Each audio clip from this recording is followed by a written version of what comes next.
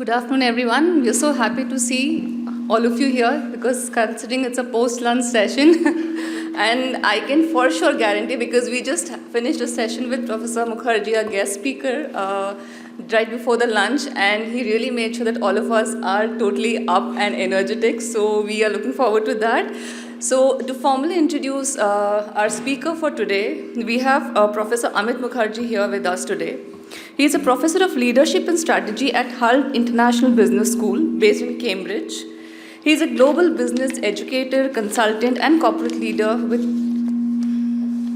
So he's a global business educator, consultant, and corporate leader with 30 plus years of post-MBA experience across academia, consulting, and corporate leadership, with expertise in leadership, digital transformation, innovation, and network business strategy. He's been an advisor to CXOs of leading global firms and designer of executive programs which have been delivered across North America, Europe, and Asia. He has widely published in Harvard Business Review, MIT Sloan Management Review, Forbes, and Management Science. He's been an author of The Spider Strategy, one of the 30 best business books of 2009, and the leader in a digital world. We look forward to hearing from you, sir, and learning a lot from you. So over to you. Thank you so much. Thank you.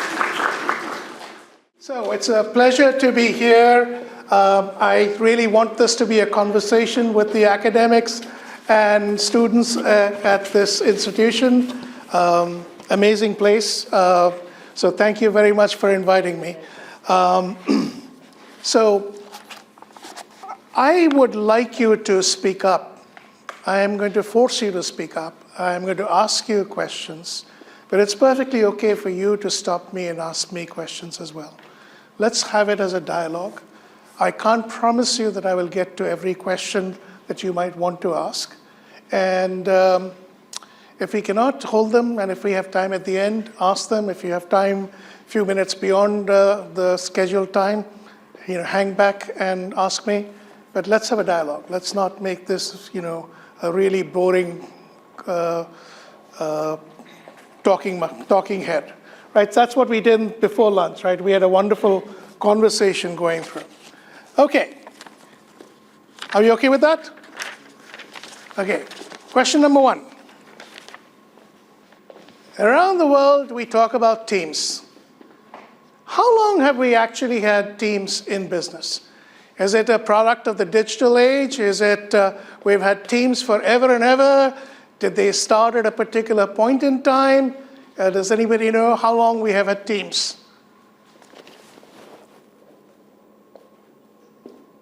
Oh, take a wild guess if you don't know. It's the time we must were hunter-gatherers. It's since the time of hunter-gatherers. Okay? There is a teaming organization, but the fear is that about the politics. Okay, but how long have we had teams? For a week, for a year, 2 years. Yeah, when did we first start having teams in business? Okay, never mind. Teams are a relatively recent phenomenon. Okay, they started in the late 1980s outside Japan. In Japan, they started a lot earlier, and I'll tell you the reasons why that happened. Okay, so if you look at that lower solid line, ignore the top line. It includes sports teams and stuff like that. If you look at that lower line, it hugs zero for almost 80 years. And then in the 1980s, it turns upwards. And by the 1990s, it is just shooting up. Okay? So what happened that caused it to shoot up is around 1990, the American idea of having business schools spread around the world. And books like The Wisdom of Teams were published. And they took this idea of teams around the world and made them the building blocks of modern organizations. Okay? Isn't it very surprising? I mean, teams will always be there, right? Maybe informally. Yes. They may not be a formal Yes. structure. So hold that thought for a moment, and you will see why they were not there in business. Okay, there was a very good reason why they were not there in business as we define business. Okay, second question. We tell leaders that you need to listen to your people, you need to coach them, guide them, and in order to get the best performance out of them, okay, to inspire them. How long have we done that?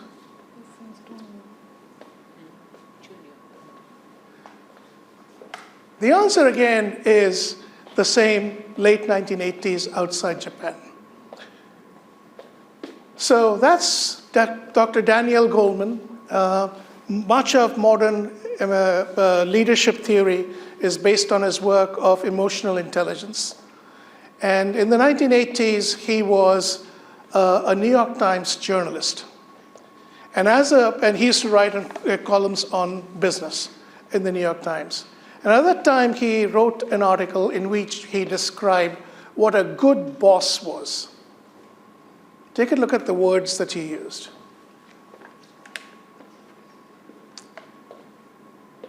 And I submit to you that a good boss then would be considered a mediocre one now.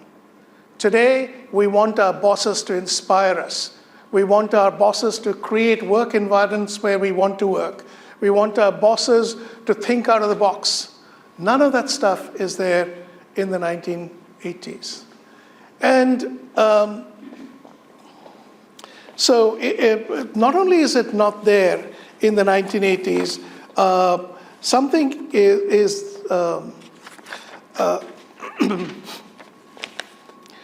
I am sorry, I've been going through this. So not only is it not there in the 1980s, when I went to business school and I was sitting in the seats where you were sitting in the early 80s, I was taught not to do all of those things. Not to inspire, that was not your job. Okay? And so we have to ask the question, what happened in the 1980s? What happened in the 1980s that we have completely forgotten? Okay? In order to answer that question, I have to take you back earlier into the 20th century and tell you what was happening before the 1980s. Now, for most of the 20th century, we worked under a technological paradigm called scientific management. You guys know what it is? Yes? No? Maybe? Yeah. Time and motion studies, Gantt charts. You use both of those even today, except that we use time and motion studies with robots and not with human beings, but we still use those tools today. Okay? So bosses used to measure their workers with time and motion studies and Gantt charts and tell them minute by minute what they were supposed to do. Okay? They would go around very arrogantly saying that you're not paid to think. I'm the boss and I know best. That was very, very common.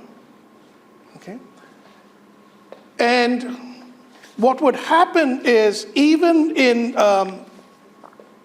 I should mention this first. That was even the case in India. In 1979, I was an engineering intern at the Kelvinator factory in Ahmedabad, just outside Delhi. And I was doing one of those time and motion studies. And I had the workers whom I was measuring looking at me every day and saying, if you do anything that increases our workload, you see that tank of acid, we're going to drop you into that tank. And then basically I took my work and I went to the bosses who had told me to do that work. And I said to them, look, if we simply rearrange the layout of this part of the factory, then the workers will be able to be more productive without anybody having to work harder. And what do you think their answer was? No need. Remember what I said about you're not paid to think? No need. Their answer was, you forget that you're only an engineering intern. And we are the managers. Okay? In American factories on assembly lines, workers were not allowed to talk to each other. Even if they saw another person making a mistake, they were not allowed to correct that mistake.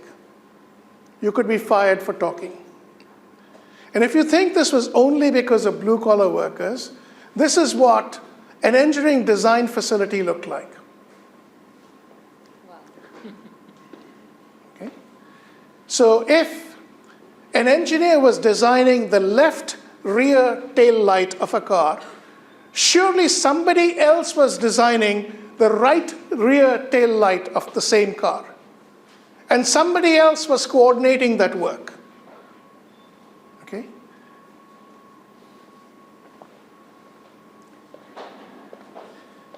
This was the environment of scientific management. And in this environment, leaders were taught to be ruthless. CEOs were often abrasive with people to the extent that you cannot imagine.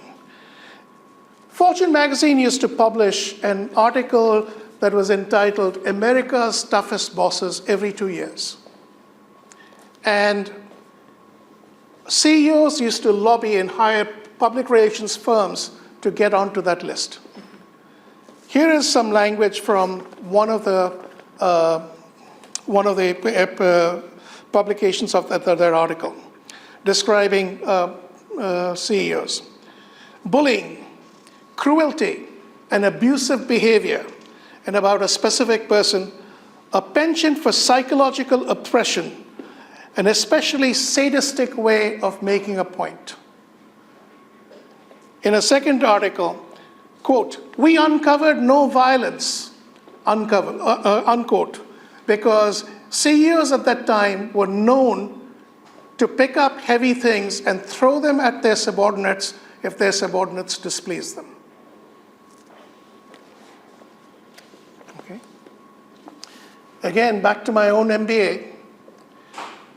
What I was taught in parts of my leadership class was to be a tough boss like them. And I was also taught, oh, by the way, these Japanese, they don't seem to agree with us. They are doing something different. And so we were also taught, and we actually studied a book called The Art of Japanese Management. Okay? So what did the Japanese do? In the Second World War, they were completely destroyed. And two Americans, Joseph Joran and W. Edwards Demings, went over and helped rebuild Japan. And that's why Japan's two quality awards are called the Deming Prize and the Joran Prize. And these two gentlemen introduced Japan, because nobody in America believed them, introduced Japan to a new technological paradigm of quality management, statistical process control. Ultimately, the Japanese invented just-in-time as out of that process, but statistical process control, Taguchi methods, fishbone diagrams, all of those things they created around 1955. And then they realized that you couldn't use these technologies effectively if you did not have teams, if you did not empower your people to make decisions. So the first teams and the first ideas about empowering leadership came from Japan. And they did this, and they didn't call them teams, they used to call them quality control circles. Okay?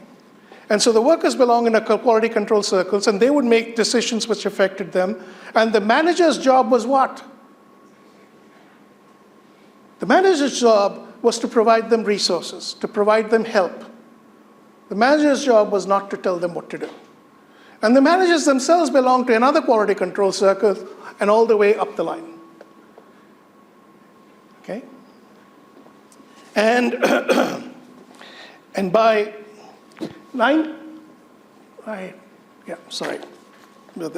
So in the early 1980s, Japanese companies seriously started entering the American market and the European common market. Okay?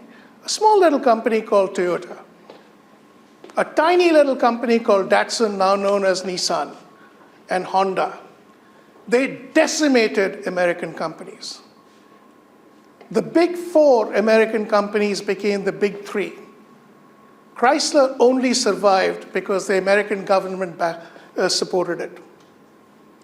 The Europeans saved their companies by putting up trade barriers. Through much of the 80s, only 30,000 Japanese cars could be imported into Europe every year. Okay? And it was in this period, late in the 80s, when nothing was working and industry after industry was going bankrupt in America, that reluctantly, kicking and screaming, Americans adopted the quality movement. And then they too realized what the Japanese had realized 25 years earlier, that you couldn't do that without fundamentally changing how you did work. Unless you adopted teams, unless you adopted empowering leadership, and you couldn't do that. So the Japanese used to do stuff like this. You know what this was? This was a scrum session. You're still taught to do a scrum session today. This was how they started off the day. They would get together, they would bang drums together, or do something like that together, then they would get together and say, here's how we're going to work. Every idea that you have of going through leadership training came from the Japanese. It didn't come from the Americans. It didn't come from India. It didn't come from anywhere in the world. Sadly, most Japanese students I have, executives I've had, they too don't know this. Okay. So, a man by the name of Ramchandran Jayakumar, he has passed away very early. He was a professor at the Harvard Business School. And Jay was, the word genius is overused. He was truly a genius for reasons that I won't go into here. And he did this remarkable piece of research. There is a gun manufacturing company called Beretta that has existed and been in the control of the same family for more than 500 years. And Jay was an advisor to the board of directors of Beretta. And he got access to 500 years of the history of this company and the history of technology. Okay? And he came to the conclusion that periodically, transformative technologies, I mentioned scientific management, there was others before that, and quality management, appear, which changed the nature of work. When work changes, organizational structures must change. I talked about the formation of teams. Okay. By the way, what was the organizational structure under scientific management that you still work under? Functions. Before the early 2000s, there were no functions. The fact that you have marketing and finance and different people working in different areas are all a part of scientific management. So transformative technologies change the nature of work. When work changes, organizational structures change. And Jace wrote, the doctrines of good management that work beautifully in one technological epoch tend to be insufficient in the next. Okay? Just like the stuff that once quality management came in, what people were doing under scientific management no longer worked very well. But by the way, we still retain some of those tools. The tools don't go away, they just don't work very well. I was Jay's doctoral student during this period of time.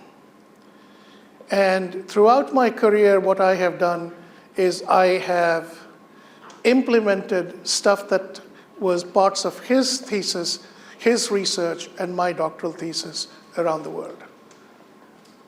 I've also extended his work and my work into the digital age. And what I did was I came to the conclusion that when work changes and organizational structures change, that the demands of leadership have to change. Okay? And so that's what this book is about, how the demands of leadership are changing in the digital age.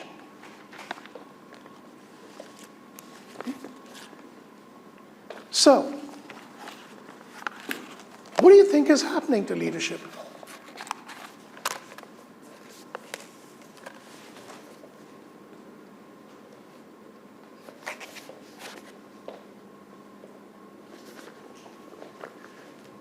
Very quietly, something that people don't necessarily notice, well-managed large companies are actually changing their written standards of leadership. Daimler has done it. Johnson & Johnson has done it. Salesforce has done it. I was the keynote speaker for the launch of Daimler's effort. You can look it up online. It's called Leadership 2020. And they basically said, our German style of leadership does not work anymore. We have a global workforce. We need a global standard of leadership. And so exactly how they designed cars, they designed a new style of leadership. They created small design teams, and instead of having the design teams in Germany, they created design teams for leadership around the world. And they told them, you come up with the best design of leadership you can in your part of the world, and then we'll come together and we'll meld them all together. Okay? So I was there for the beginning of that. I was there for Rio Tinto. And so the message that I have for you, a top-line message today is this. If you think you can ignore AI, you can't. Okay? But here's the thing that you probably don't get. Most of you younger people, you are not ignoring AI. It's old fuddy-duddies like me who are ignoring AI. Yes? And bugging the bejesus out of you because of I don't use AI, right? But here's the thing that you don't understand. You've got to change how you work. And if you don't change how you work, you're not going to get benefits of AI. You've got to change how you work. You've got to change your organizational structures when you go into organizations. And yes, you will have to change how you choose to lead people. And if you don't do that, that transformative technology is not going to do anything for you, just like adopting quality management didn't do anything for the American companies until they changed the other stuff. So, one of the things that digital technologies do not do is they do not disrupt. I had an entire slide on why they do not disrupt and what they do that I took out in the interest of time, so I'm not going to go there. But because they don't disrupt, I asked myself the question, so how is the nature of work changing? How are organizational structures changing? And I went to an industry that did not exist, could not exist without digital technologies. And that was the creation of genomic drugs. So what you see up there is a double helix DNA strand. And then in the top middle two picture, how genes used to be analyzed by hand till about the 1990s.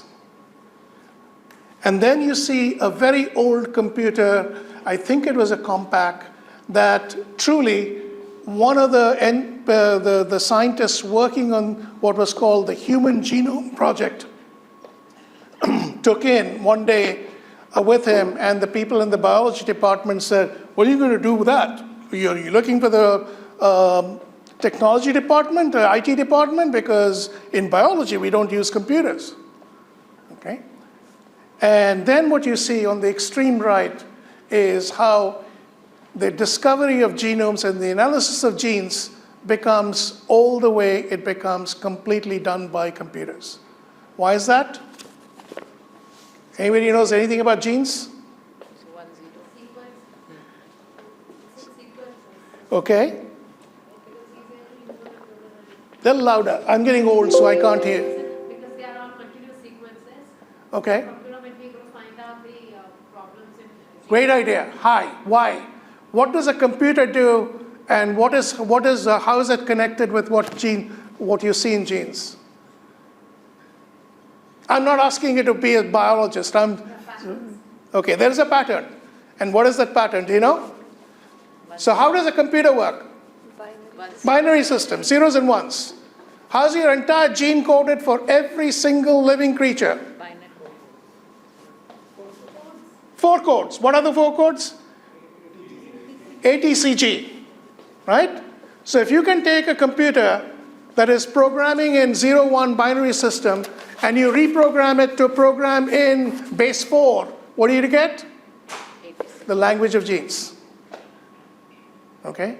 And so suddenly we go from an industry which is reliant on everybody doing things by hand and our having produced 2 gene-based drugs in the prior 30 years to, oh my God, we can create all these drugs. Okay? And conversely, the industry could not exist in its form without computers. So this was the industry that I chose to study. And I asked myself,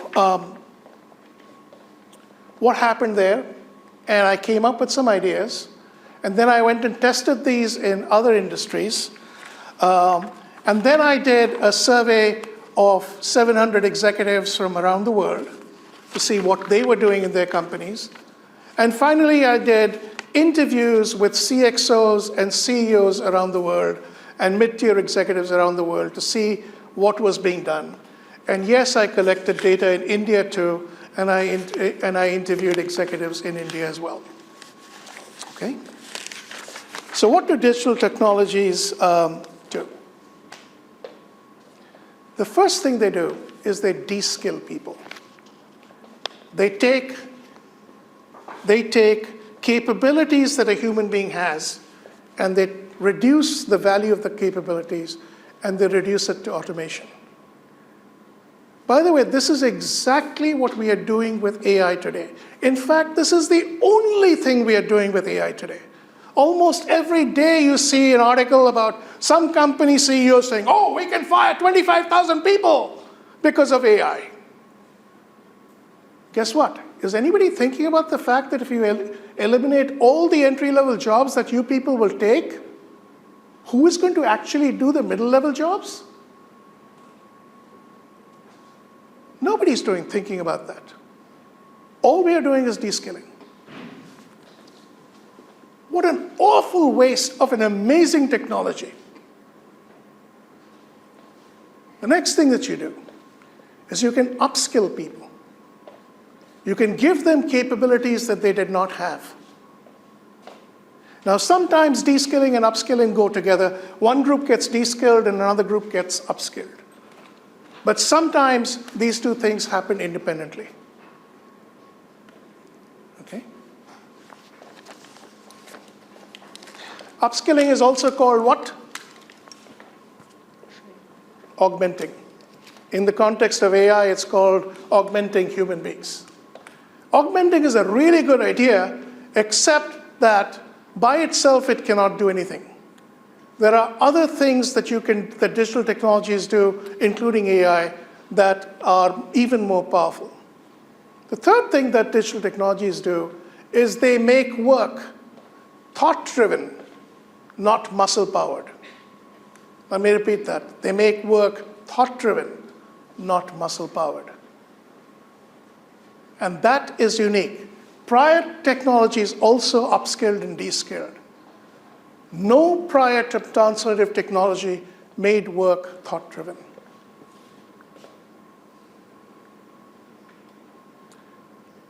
Why do we have so many women in this room? More interested in. Why do we have so many women in this room? All are aspiring for leadership positions. Just, and this was the description that I gave of this talk. So I'm asking from that sense. Okay? Now, there are many women who are stronger than me. But on average, males have been stronger than women. As long as you are magnifying the power of the muscle, you are better off hiring men. As when you start magnifying the power of the human brain, then relying solely on men makes absolutely no sense. And if you want to see the growth of women in the workplace, and you map it against the growth of personal computers in the workplace, you will have a perfect correlation between those two lines. That's why you have women in the workplace, because digital technologies magnify the power of the human brain, not the human muscle.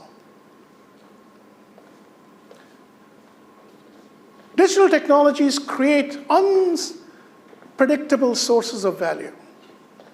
When the car was invented and it replaced the horse and buggy, it was predictable that a cobblestone road had to be replaced by a smooth road. It was predictable that the stables along highways had to be replaced by power pumps. But now come to the 21st century and you have smartphones. Could any of you predict every possible use of a smartphone? Absolutely not. Which is why you have the app stores.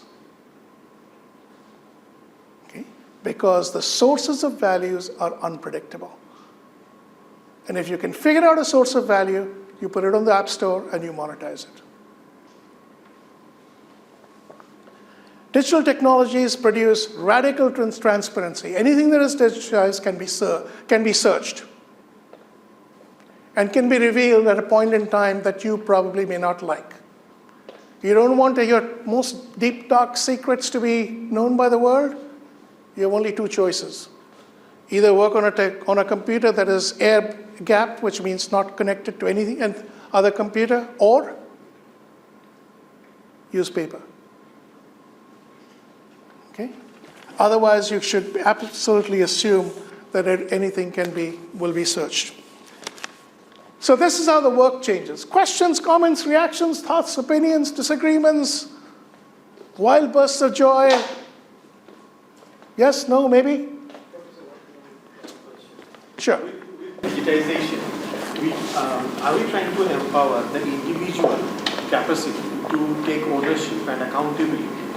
At the same time, when your space of managing is actually squeezing, because now it's every individual who are actually leaders in their own right to some extent, but that... Are we doing this, what you're saying? Can you repeat it with the microphone so that everybody can hear what this very interesting question you asked? So my question was that with digitization, the space of work or the time to work and the time to manage that work by leaders is squeezing, because every individual now is trying to be more accountable and taking more responsibility. Well, hang on. I'm going to call foul. That's not what you initially said. Say what you initially said. So precisely that was the motto of the question, Professor, that every individual is it what digitization is actually going to make? So here is the issue. The reason why I thought it was a brilliant question, and not in the way you formulated this the second time, is you were asking whether the capacity of the individual to work was going to expand at the point when the capacity of a manager to do things was going to decline. That, my friend, is a brilliant question. What you said afterwards is not. Okay? Do write down your first question, because you really need to think about it. Okay? And that's what we're going to talk about. I will come back and I will answer that question from my perspective, but it doesn't have to be your answer.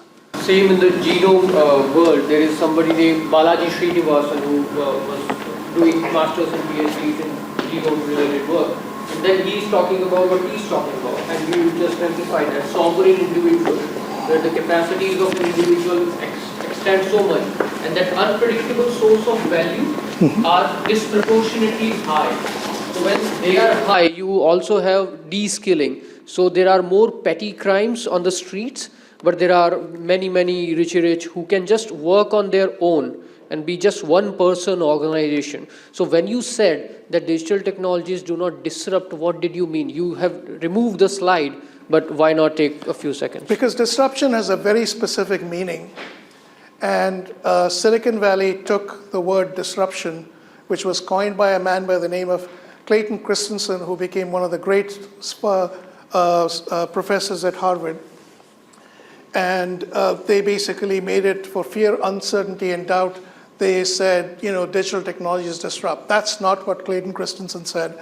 Clayton Christensen said, there are some points in time where transformative technologies disrupt. Most transformative technologies are sustaining technologies which make you better, faster, cheaper. So for example, if you follow the logic of disruption, fintech, does anybody know when the term fintech was coined? 2009. Anybody know up to by 2018 or beyond how much money venture capitalists had poured into fintech? 500 billion. $162 billion, larger than the GDPs in any given year of the 128 smallest countries counting upwards. Can you tell me how many banks have been disrupted? 0.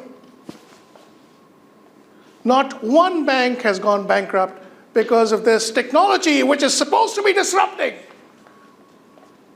Clayton Christensen called it a sustaining technology, not a disruptive technology. And in 2015, he wrote an HBR article in which he said, you guys are destroying my theory, and because you're destroying my theory, you'll never be able to use it to do anything useful. Anything more than that, we'll leave for another time. That's why I don't use the term. Okay. Here's what technologies also do. Here's how they change this nature of work. And by the way, I will answer your question, okay?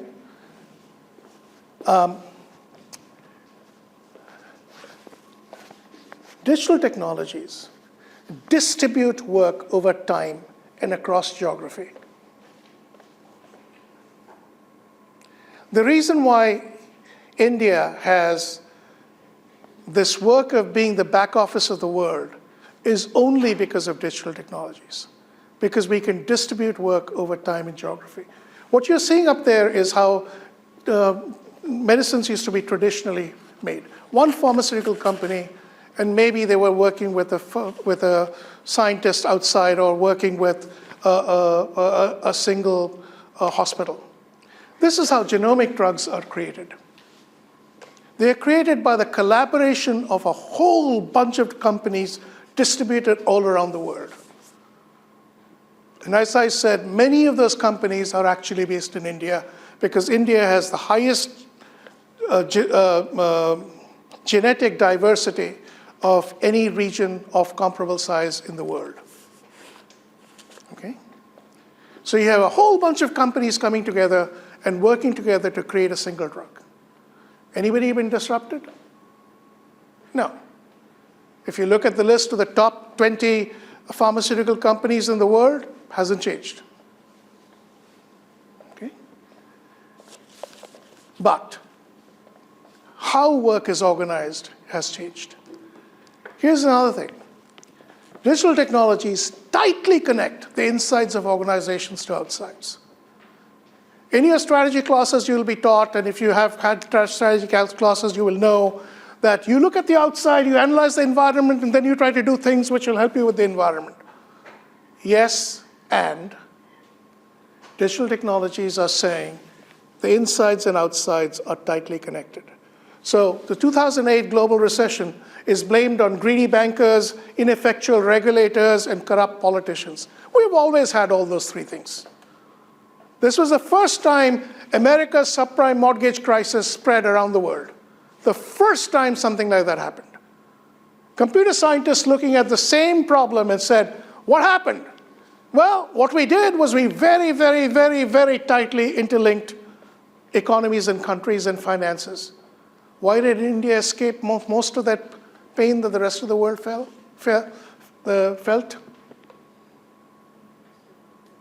Not because it did anything smart, but because its economy wasn't developed enough to be that tightly connected to the rest of the world. The only countries that survived the pain were countries which were not connected to the rest of the world as effectively as the Western economies were. Okay, so now you have these 7 principles. 5 on how work is changing, and 2 on how organizational structures are changing, right? So what does it mean to you? What should it mean to you? We are, after all, here because we are supposed to be talking about leadership. So what does it mean for leaders? The first thing these 7 principles do is they are making, you know what? Let's do a silent thought experiment, okay?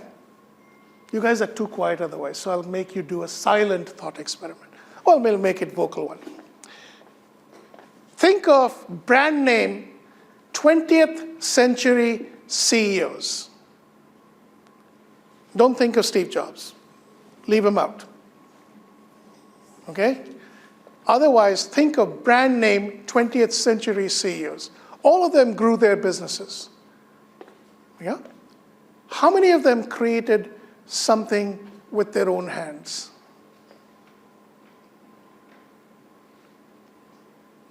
Now think of brand name 21st century CEOs. How many of them did not create something with their own hands?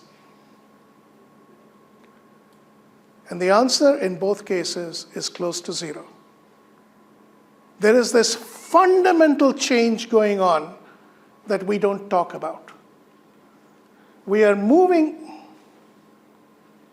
away from leading for productivity, which is, by the way, what you're being taught here, and you're taught in every business school around the world. You do discounted cash flow analysis? Yes? What does that do? It's a productivity measure. How can I do more with less? If I can't do more with less, then let's not make the investment. Guess what? Does anybody know when Uber started making profits?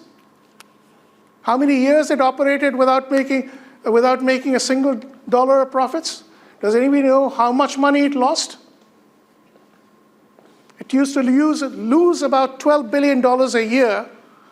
And when it came down to about $4 billion a year, oh my God, we have reduced the losses to $4 billion. Think about it.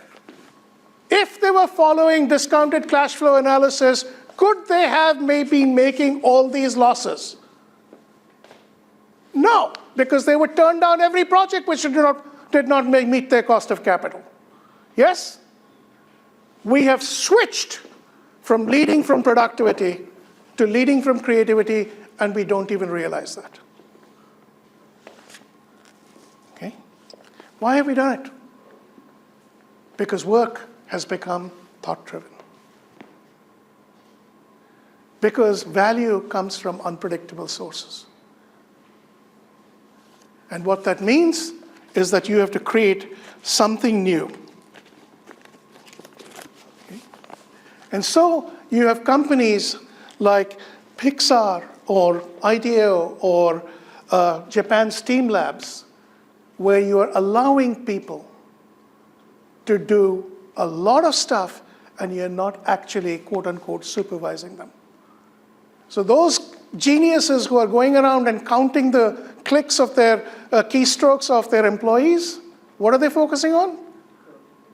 They're focusing on productivity. They're focusing on de-skilling.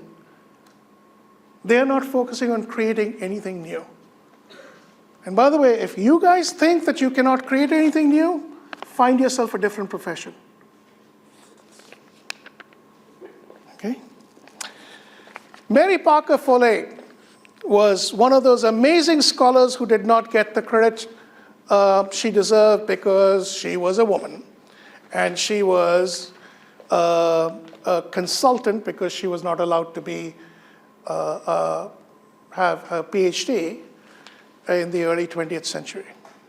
She was also, like Peter Drucker, one of the greatest thinkers of management in her time. And around 2013, she wrote the first article ever written, in English anyway, on creativity and what organizations should do about creativity. A year or so, a couple of years back, I took every single article that was published on creativity, and I put it on a time scale. And I reproduced the curve that I showed you for teams.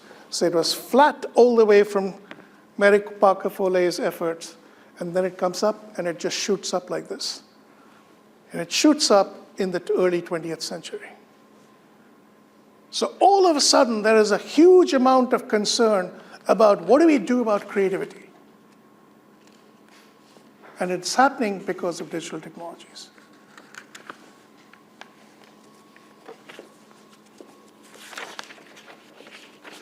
So what do you think a creative person looks like?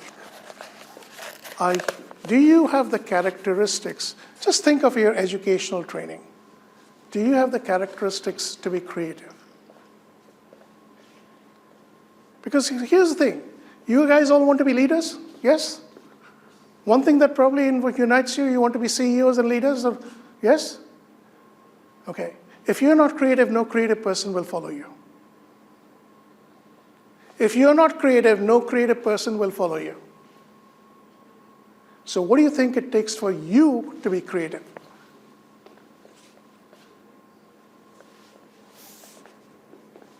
Creative people don't like rules. They don't like rules. They don't like instructions. They don't like constraints. So not quite, because if you went to Pixar, people would look over your shoulders. Okay? But they would leave you to make your mistakes. But they would give you all the input that you wanted and you didn't want. And what you did with input is up to you. Okay? But you are not never left alone. You are constantly criticized, but the criticism is never in a negative way. So I'm forgetting the gentleman's name who co-founded Pixar, and he was also the guy who created for the first time CGI computer. What does CGI stand for? My mind is blanking out. Graphic, but I is missing from here. Okay. For movies and stuff like that, the guy who created it, he was the co-founder of Pixar. And like in all creative companies I know, he used to do something. He would meet every single new employee. And anybody who has worked for a living, what do people tell you when you come into a new company? They tell you this is how we work here. Okay. Right?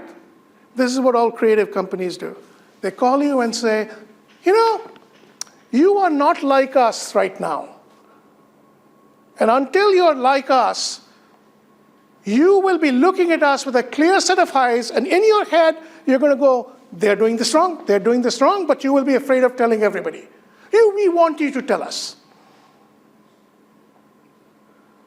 And to convince them that they mean that we want you to tell us, this is what the CEOs in every one of these highly creative companies did. They would stand up, call all the new people together and say, let me tell you all the major mistakes I made.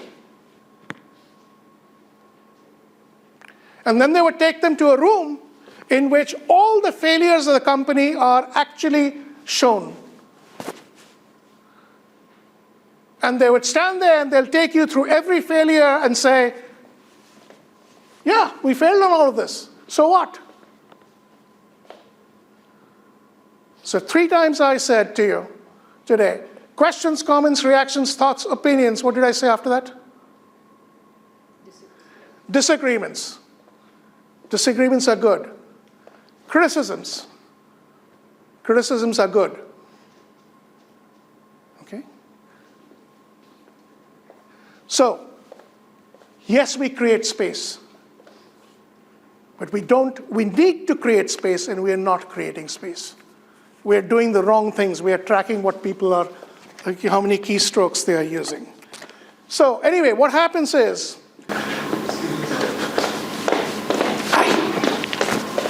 suppose I join an organization, and I feel that the leadership over there is very susceptible to change, does not want to invite change, but I want to influence them in some way or the another. So do I wait for a period of time to become the leader over there? So when you study change management, and I'm sure you will, they will tell you,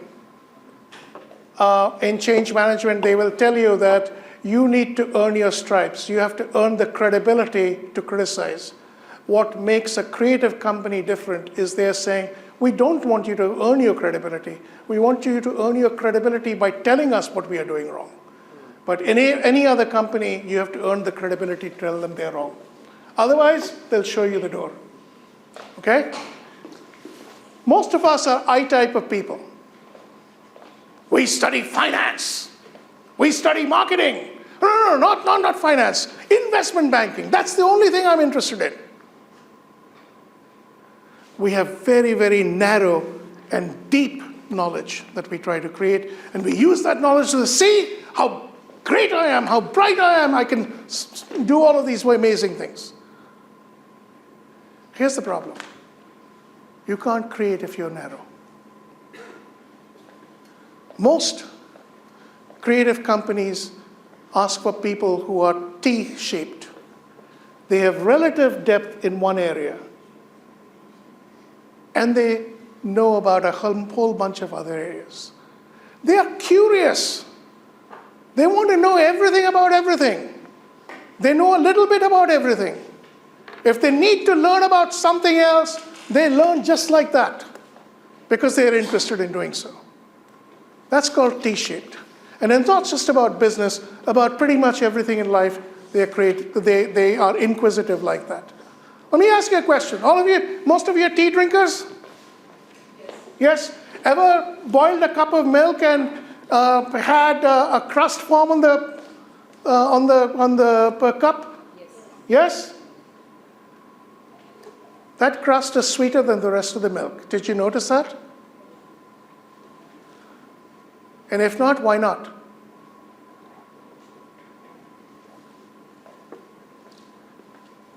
This is what I mean. It's something that's happening in your life. And are you interested? Are you curious? All the ideas of leadership then become, in the book I talk about T prime in terms of leadership. Again, here's what we find. Research done and published in HBR. It was done by a couple of Harvard Business School professors and the Heidrick and Struggles executive search firm. And what they did was they found that CXOs around the world, so CFO, Chief Marketing Officer, Chief Information Officer, all of that, CXOs have more in common with each other than they do with the people whom they lead. CXOs have more in common with each other than they do with people whom they lead. They are T-shaped people. They have very broad wingspans. They don't have very long tails. And so what we are doing when we focus on one individual area to study is doing the exact opposite of what we need to do to be successful in this world. So, see that guy up there? What's he doing? Taking a nap. In the middle of the workday. Yes? If you were this guy's boss, what would you say to him?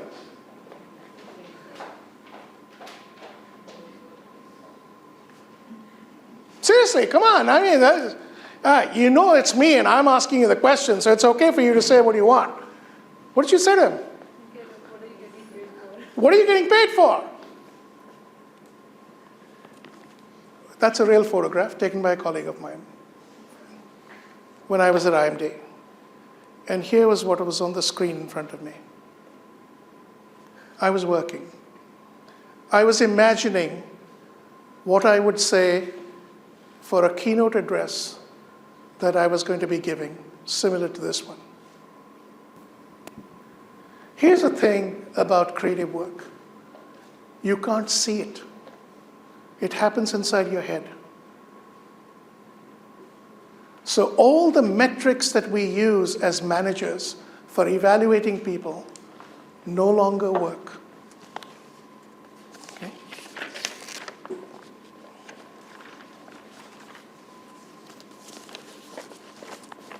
Want to have some fun? Okay, I hope you'll have fun, but you'll have to speak up. So I'm going to show you a small video about a crazy man who's sitting. His name is Franz Bach. I keep mixing up his first and last names. Franz Bach. And he's sitting on a busy Paris street. And of all things, he is playing the piano. And I want you to watch this video. It's not very long. And let's finish watching the video. And after that, I want to hear your ideas. Or what do you think it means to lead for creativity, to work as a creative person? Okay? Yes? Okay.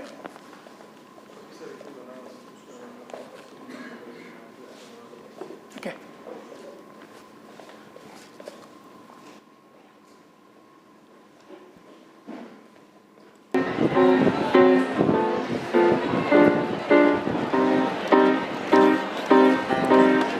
Can you join in? Yeah.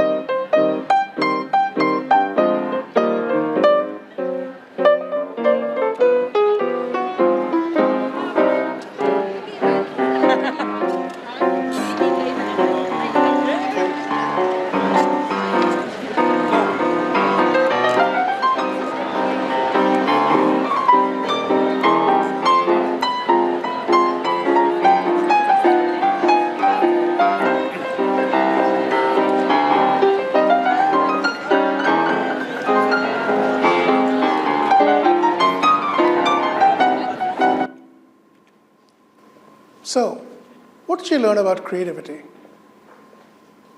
As a leader, imagine Franz Bach as sitting there at his piano as a leader. What did you learn about creativity? You're not the only expert. Sorry? You're not the only expert. You're not the only expert. Distributed. Distributed leadership, you are not the only expert. What else did you learn? Okay, be accommodative without prejudice. How could you be sure that that guy wasn't going to blow everything up? He wasn't sure, he gave a chance. Why? Was it a big risk? Yes. Well, yes? Why was it a big risk? It wasn't a risk in reality, but it would have been a risk because if he did not know that. Okay, you said both things. Yes, big risk, and you said not a risk in reality. Which one do you mean? So here it was a low risk Why was it a low risk? because the guy who joined him really did have the skills. Yeah, but that was after the fact. Yes. So when he said, may I join you, Yeah. wasn't this guy taking a big risk letting him join him? Yes, he was. Are you sure? Yes. Adapting and sort of incorporating new ideas. Adapting, going with the flow. Yeah, you've got to be willing to deal with uncertainty. What else? He takes the initiative, first of all, of being in the square so other people can come in. Yeah, he creates a place where creativity can happen. Three of you. Building on to to what was already existing. Yeah, so they were building on, the second person comes and builds on, Building on and collaboration. and collaboration is key, we'll talk about that. Let's get back to that point. Was it a big risk? What have I told you? Sorry, go ahead, Sonali. So I would say yes, it would have been a bigger risk, but firstly, the place is quite welcoming for creativity. And second, I feel that person by himself was confident enough to handle the situation, even if a third person who would have come in and may have tried to somehow, even if he wouldn't have gelled well. But what if he didn't give a chance? It wouldn't have been that creative. Yeah. So here's the essence of it. Thank you. Okay? Here's why it wasn't a risk. Think about it. Other than a child, would any adult who did not know how to play the piano go and say, "May I join you?" Never.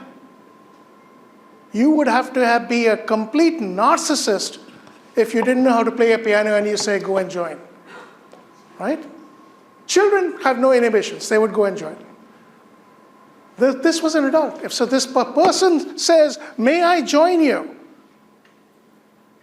What should you be thinking? Should you be thinking, he's going to destroy what I'm doing?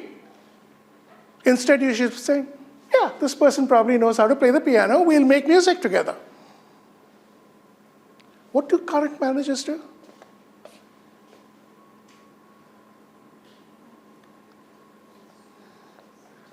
They control.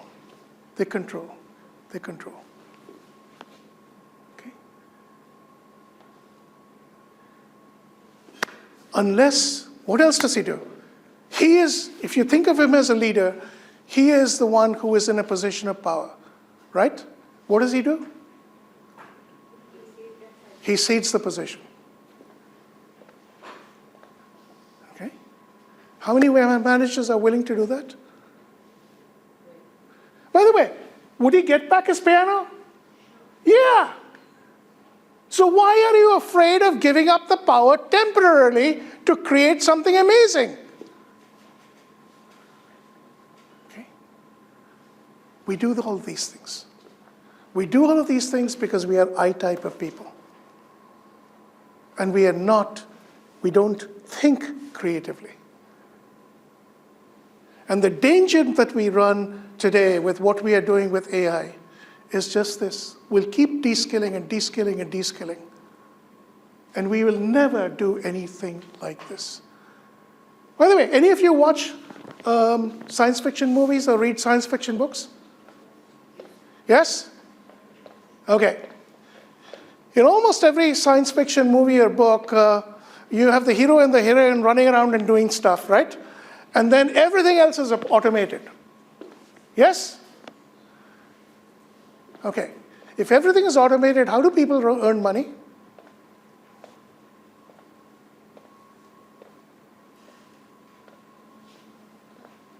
And if people don't earn money, how do companies exist?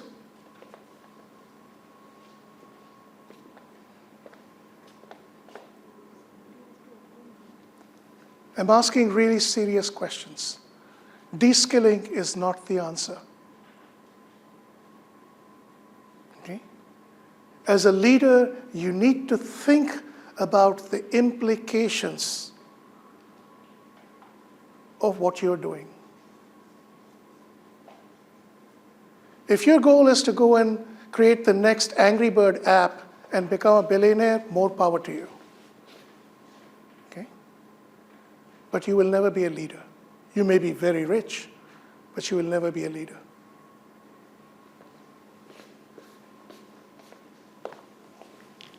Questions, comments, reactions, thoughts, opinions, disagreements, criticisms? Okay. So I have a little thought to it briefly.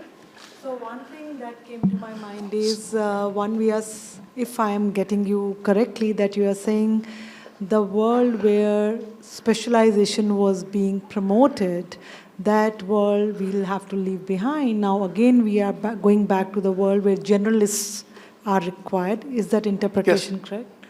Second is But that... excuse me, yes. Yeah. Yes, and I want my doctor, my surgeon to be an expert. As well. Okay? I want my pilot to be an expert. I don't want my leader to be an expert. But please correct me if I'm wrong, but I think that idea has been there that leaders have to be generalist.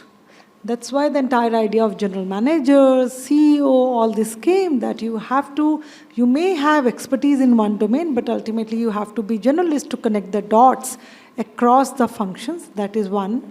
Second, the diversity in teams, even in top management team. The entire idea of diversity in teams was being promoted so that the creativity doesn't get killed. Everyone brings in their own, domain expertise with this hope that the diversity of opinion will bring something creative. Yes. And the third idea, that it's too many ideas that are flowing, so that's why I'm just venting it out. And the third that kept on coming, because I do a lot of work in corporate governance, that, governance is all about monitoring. So the one thought that has been hanging in there since the time you have been speaking about it is corporate governance killing innovation and creativity in organizations? So, I think good corporate governance will not kill, but we have to rethink what we mean by governance. But let's go back to the first two questions, where I have more of an knowledge-based, research-based than the third one. And so one of the things that is happening is we are requiring people to have multiple talents much earlier in organizations now than we had in the past. Okay, so you rose up to be a general manager. Today, again, another slide that I took out from the survey of the 700 executives worldwide, I asked them two simple questions. I asked them, 10 years ago, in your company, how much experience did a person need to have before he or she was allowed to make decisions that crossed corporate boundaries or cultural boundaries, country boundaries? Next question, same company, same person. Today, how many years of experience do you require? And around the world, except for Japan, and this is true for India as well, not Japan, around the world except for China, the number of years of experience required to do those two critical things is declining rapidly. Okay? And the two questions really ask about where you need breadth of knowledge. They are asking implicitly about where you need to collaborate. Okay?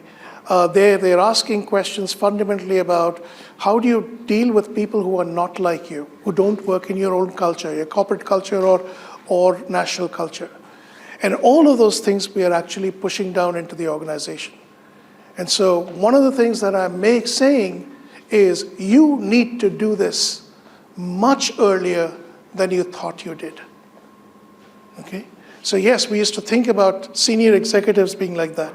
Now we are talking about, you're in a company for 5 years, you'll be doing this. And if you don't do it, you will not be very good at your job. You're saying even a middle-level manager has to do it? Yes. So there'll be a few functions where, okay, if you're running a critical manufacturing line, maybe you don't have to do it. But almost always you come up with situations like that where you need more breadth than depth. And we don't have it. Because for the depth, the computers can handle it. So, when I went to business school, we spent weeks learning how to, so you produce a car. So the car has to be released on this day. When do I start manufacturing that car? That analysis we learned over weeks. Okay? That analysis is not taught in any operations management course in any business school that I know of, because computers do that just like that. Okay? Won't the current generation be already at an advantage? Because when I interact with my students now versus my students 10, 15 years ago, they do have breadth. The problem is they don't have depth. Because of all the internet exposure, they know little bit of multiple things. So since they are starting on that path, so the pickup pace would be hard. I'm just thinking aloud. So here's the other thing. Do they have the ability to learn? So most of us, we dabble in knowledge, if you know what you're saying, okay, but we don't, if we need to, can we say, I need to learn that in depth, and I'm going to teach myself that, okay? To be truly creative, to get hired by IDEO, for example. You know IDEO, the design company? So someone I know was hired to IDEO about 4 years back, an Indian, who did all of his education here, okay? And this is what they look for. If I throw you into a world where you know nothing about and you're just dabbling in that area before, can you quickly make yourself an expert? And if you can't, you're not good for creativity. Okay, that's the difference. So the second thing is that you have to be inclusive. So here's what happens with thought-driven work. I am doing all my work in my head, so you couldn't see the work that I was doing? Yes? What if I'm unhappy? I don't tell you the work. I don't tell you my ideas. I look for another job and I leave. And what do you lose as the manager? You have lost a most talented employee. Yes? And so you have to be inclusive. So in my book, I write, though the 20th century repeatedly sought all hands on deck in countries worldwide, it really meant only certain hands. The 21st century is asking all brains on deck and will continue to do so more fervently. This time, there is really the potential to mean all. In a world which worships productivity, an individual is an easily replaceable cog. In a world that respects creativity, each individual merits attention.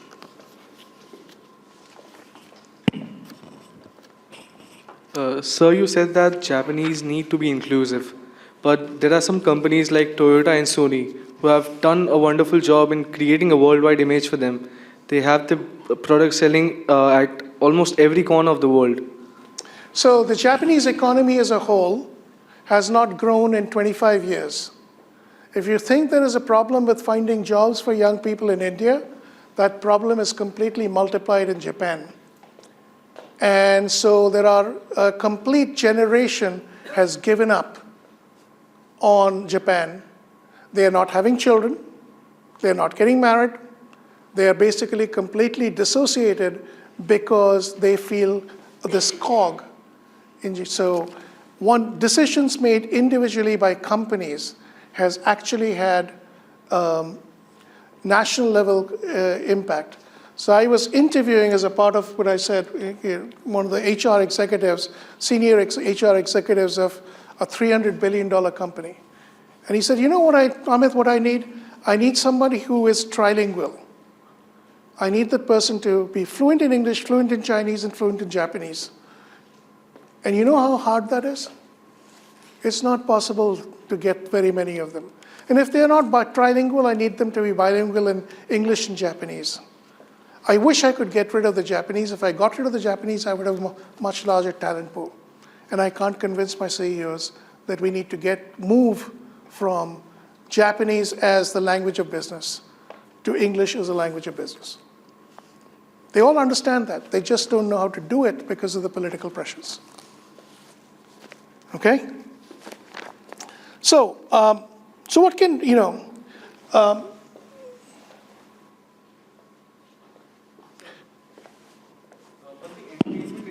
Japan has been flourishing itself in the past 5 years after the Corona period.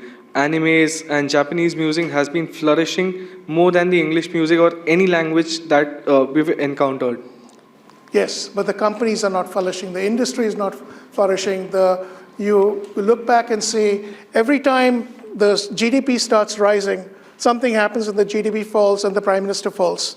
And yesterday the Japanese Prime Minister resigned once again. Nobody is able to make the economy go forward, and they know they have to get women involved. They know they don't know. So inclusivity is not something that you can run away from in the digital age, okay? So what could you do? There's no point in talking about this unless there's something you can do. So some time back, IBM brought in a chief executive officer from outside the company for the first time in 70 years or something like that. And this gentleman, so IBM used to pride itself for being a color-blind meritocracy. And this man came in and he said, that's a bad law, bad policy. And he put in a new policy where he said, we will draw attention to the differences across people with the hope of learning from them. And because they put this policy into impact, what happened to the next two CEOs of IBM? The CEO who followed him was a woman. And the CEO who followed her was? He's an Indian. Okay? Indian man. And policies like this make sense. You are not making policies, but sometime you will. So start thinking about that now. Start learning about other cultures, learning about other religions, learning about other languages. How many of you speak more than 2 languages? I'm sure you speak 2, because you live in India, but how many of you speak more than 2 languages? Quite a few people. Good for you. Usually the answer is very few people put out their hands. Learn some more languages. You know what learning languages does, multiple languages does? It activates different parts of your brain so you can think more holistically. What is creativity? Thinking more holistically. Learning languages helps, okay? Consult diverse people before making a decision. If you only consult people who think like you, either you are not needed or they are not needed. Right? So, the other thing to do right now is to reflect on your language of leadership. The leadership standards in most companies are culturally biased to favoring their own culture, and they are biased against women. Let me give you an example. Many American companies have the word decisive in their leadership standards. Okay? The use of that word means they look at the people in Southeast Asia and none of them can possibly be a leader. Because in the cultures of Southeast Asia, being decisive is not good. Okay? You need to persuade people, not be decisive. So by just using that word, you have told a whole bunch of people, you have told literally hundreds of millions of people, you cannot be a leader. Okay? And you're going to lose out on talent. But what you really need is effectiveness, right? You don't need decisiveness, you need effectiveness, right? A nice, gender-neutral, culture-neutral word. Why not use that? So think about the words that you use with each other. Just in the day that I've spent here, the number of people, I'll do this, please don't mind, I'm going to pick on women, who said, women talking about leaders use the term him, he. Why didn't you say she? Because it's coded into your head to say he. And that coding needs to change. Okay? We're running out. How much time do we have? 5 minutes, right? Yes? Okay. The last thing, collaborate. Truly, truly, truly collaborate. because you're getting value from places that you don't understand, because work is distributed and people are connected with each other. Organizations are connected with each other. We have turned win-win into a buzzword. We say win-win, and what do we actually mean? We mean win, and maybe let's hope the other person doesn't notice that he has lost or she has lost. That's what we mean by win-win. Okay? But you truly need to collaborate. And collaboration is not an ethical issue, it's a strategic choice. You need to collaborate because you need to collaborate. Do you know how the Boeing 787 Dreamliner was built? 14 companies on 5 countries on 3 continents got together just to build the hardware. The key technology was carbon fiber. And Boeing did not know anything about carbon fiber. That carbon fiber technology came from a Japanese company, Kawasaki. And here's the thing, Kawasaki didn't know how to make carbon fiber for aircrafts. They knew how to make carbon fiber, but not carbon fiber for aircrafts. So you had 14 companies building the hardware, all of which needed the carbon fiber. Having to collaborate with, 13 companies having to collaborate with the 14th one, which had expertise but did not know how to create something. Can you imagine how much collaboration and trust is needed? Unless you can build that level of trust, the ability to trust in your leadership, you cannot pull this off. Okay. So I love this statement from Steven Spielberg,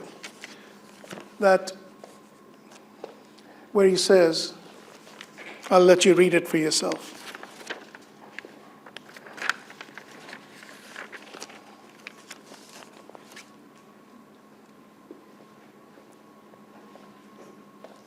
Okay. Last thought. I've talked about 3 things. I've talked about creativity, I've talked about inclusivity, and I've talked about collaboration. The thing is, these 3 things work together. Collaboration and inclusivity magnifies the ability to be creative. Okay? And about the first 2, let me tell you a little bit of one last story, and I'll be done. And that story is this. A few years ago, Professor Scott Page from the University of Michigan wrote a mathematical theorem for which he earned the Best Research of the Year award from many, many sources. And that research is called Diversity Trumps Ability. Diversity trumps ability. And here's what he did. He said, suppose you were doing physical work. Okay? Let's say you're chopping down trees. And the best logger can chop down, let's say, 10 trees a day. So if you want to chop down 50 trees a day, what do? You hire 5 people. Okay, now you're in the digital age, and now you're working on problems of the mind, not problems of the body. Okay? Suppose you have a wicked problem that has no solution. And you have a whole bunch of people that you can hire to solve that problem. And let's say every one of them has genius level 130 IQ.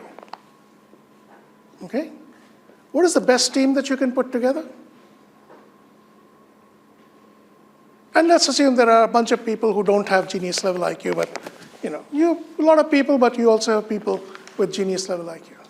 Here's what's not going to happen. If you take the 5 people who have genius level IQ, you don't produce a team which has an IQ of 650. It doesn't happen that way. Magnifying the power of the human brain is different from magnifying the power of the human muscle.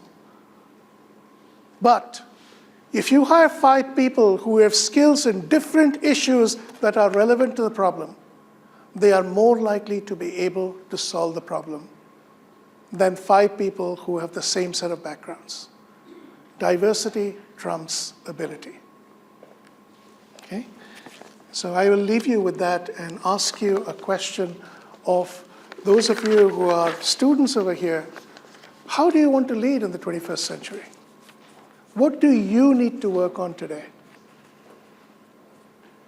And I'll ask of my academic colleagues, how should we collectively teach leadership in the 21st century? And with that, I'm done.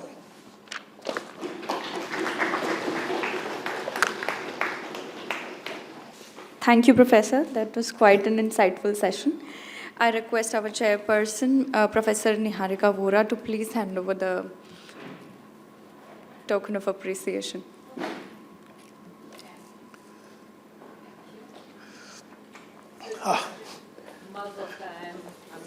And thank you. This is a very small gift. Thank you. Appreciate it greatly. Thank you. Thank you. Much gratified. I take this opportunity to thank Professor Amit Mukherjee for taking out time from his busy schedule and to be here amidst us and share his groundbreaking ideas. Thank you, sir, for such a wonderful session and sharing your insightful thoughts with us. I would also like to thank him for holding an interaction discussion with our PhD scholars, and I'm sure everyone has benefited greatly from both of your sessions, sir.